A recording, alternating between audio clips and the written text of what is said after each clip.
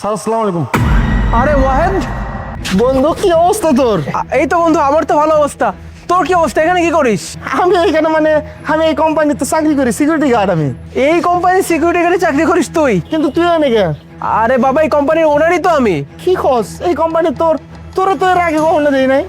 আমি আসলে সচরাচর এখানে সময় দিতে পারি না, মানে আমার তো আরো অনেক অফিস আছে, সেখানে সময় দিই। আজকে অনেকটা সময় আছে হাতে, তাই ভাবলাম যে একটু ঘুরে যাই। যাক, তোর সঙ্গে দেখা হয়ে বেশ ভালোই হলো। এক কাজ করে চল, কফি খেয়ে আসি। হ্যাঁ, কি কইতাছিস তুই?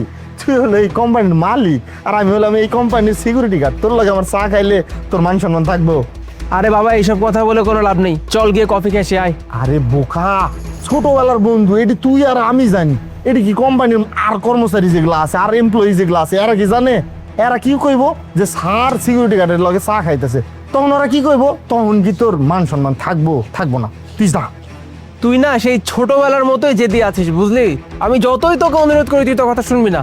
যদিও আজকে আমার একটা মিটিং আছে, যে কারণে আমি তোর সঙ্গে বেশি কথা বলতে পারছি না। তবে হ্যাঁ, কফিটা কিন্তু আরেকদিন খাবো, কেমন? বন্ধু কত বড় এই চাবি, আমার বন্ধুর চাবি পড়ে গেছে, মনে হয় দরকারি কোনো চাবি। এটা আমি দিয়ে আসি। স্যার, এই যে জমিটা দেখতে পাচ্ছেন, এই জমিতে আমাদের নেক্সট ফ্যাক্টরিটা হবে। আমি সব কিছু। এই যে তোর চাবি পড়ে গেছিল, ল। আচ্ছা, তোর এত বড় সাহস, তুই একটা দারোয়ান হয়ে তুই আমারই সামনে আমার বসকে নাম ধরে ডাকতেছিস? হ্যাঁ, এত বড় সাহস তোকে কে দিল রে? কি ব্যাপার মুনাফ, তুমি ওকে থাপ্পড় কেন মারলা? স্যার স্যার আমি থাপ্পড় মারবো কি করবো স্যার?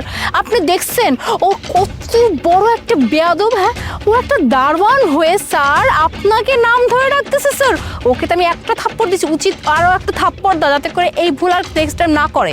ও হয়তো দারোয়ান হতে পারে, কিন্তু ওর একটা পরিচয় আছে। তুমি জানো ও আমার কে? ও আমার ছোটবেলার বন্ধু, আর তুমি আমার বন্ধুর গায়ে হাত তুললা। কি স্যার, আপনি এগুলো কি বলতেছেন স্যার? সামান্য একজন সিকিউরিটি গার্ড স্যার আপনার মতো এরকম একজন মানুষের বন্ধু, মানে এত বড় একটা কোম্পানির মালিকের বন্ধু স্যার, এইটা কি করে সম্ভব স্যার? কি করে ওই দারোয়ান আপনার বন্ধু হয় স্যার? একটু ভদ্রভাবে কথা বলো মুনা, জাস্ট একটু ভদ্রভাবে কথা বলো।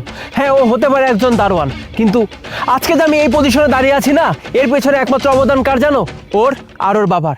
আমি যখন ঢাকায় প্রথম আসি, আমার থাকার কোনো জায়গা ছিল না। আমি ওদের বাড়িতে উঠেছিলাম। চাচা আমাকে নিজের সন্তানের মধ্যে ভালোবাসতো। আমি যখন যা চাইতাম না, চাচা আমাকে সেটারই ব্যবস্থা করে দিত। এমনকি আমি যখন ব্যবসা শুরু করবো বলে চিন্তা করি, প্রথম মূলধনের টাকাটা না চাচাই আমাকে দিয়েছিল। ওদের অবস্থাও তখন বেশ ভালো ছিল, কিন্তু হঠাৎ করে চাচা মারা যাওয়ার পর থেকে ওদের অধঃপতন শুরু হলো। ওদের ফ্যামিলির অবস্থা আস্তে আস্তে খারাপ হতে থাকলো। আর পরে একসময় আমি আমার ব্যবসা নিয়ে ব্যস্ত হয়ে পড়লাম। তারপরে অনেকটা বছর ওর সঙ্গে আমার আর কোনো যোগাযোগ ছিল না। আজকে হঠাৎ করে জানতে পারি ও আমারই অফিসে চাকরি নিয়েছে, তাও আবার সিকিউরিটি গার্ডের জব। আমি ওকে অনেকবার বললাম চল কফি খাই, আমাকে কি বললো জানো? আমি যে তোর ফ্রেন্ড, এই কথা জানার পরে তোর কলিগরা তোকে অপমান করবে, তোর মান সম্মান থাকবে না। কিন্তু এখন তো দেখি যে ওর কথাই ঠিক হচ্ছে। তুমি ওকে থাপ্পড় মারলে আমার সামনে, আবার তুমি আমাকে জিজ্ঞেস করছো যে ও আমার ফ্রেন্ড কিভাবে হতে পারে? মানে স্যার, আসলে আমি না বুঝতে পারিনি সত্যি যে একজন দারোয়ান স্যার আপনার বন্ধু হবে। স্যার স্যার আমি আসলে না বুঝে আমি আপনার বন্ধুর গায়ে হাত তুলে ফেলছি sir. Sir I am really sorry sir, আসলে এটা আমার অনেক বড় একটা মিস্টেক হয়ে গেছে স্যার। স্যার প্লিজ আপনি আমার থেকে চাকরিটা নেবেন না স্যার। শোনো, সরি আমার কাছে বলে কোনো লাভ নেই। সরি যদি বলতে হয় ওর কাছে বলো। হ্যাঁ স্যার, আমি সরি বলতেছি। ভাইয়া আই এম রিয়েলি সরি, আসলে আমি না চিনতে পারিনি যে আপনি আমার বসের বন্ধু, তাই আমি আপনাকে থাপ্পড় মেরে বসছি। I am really sorry.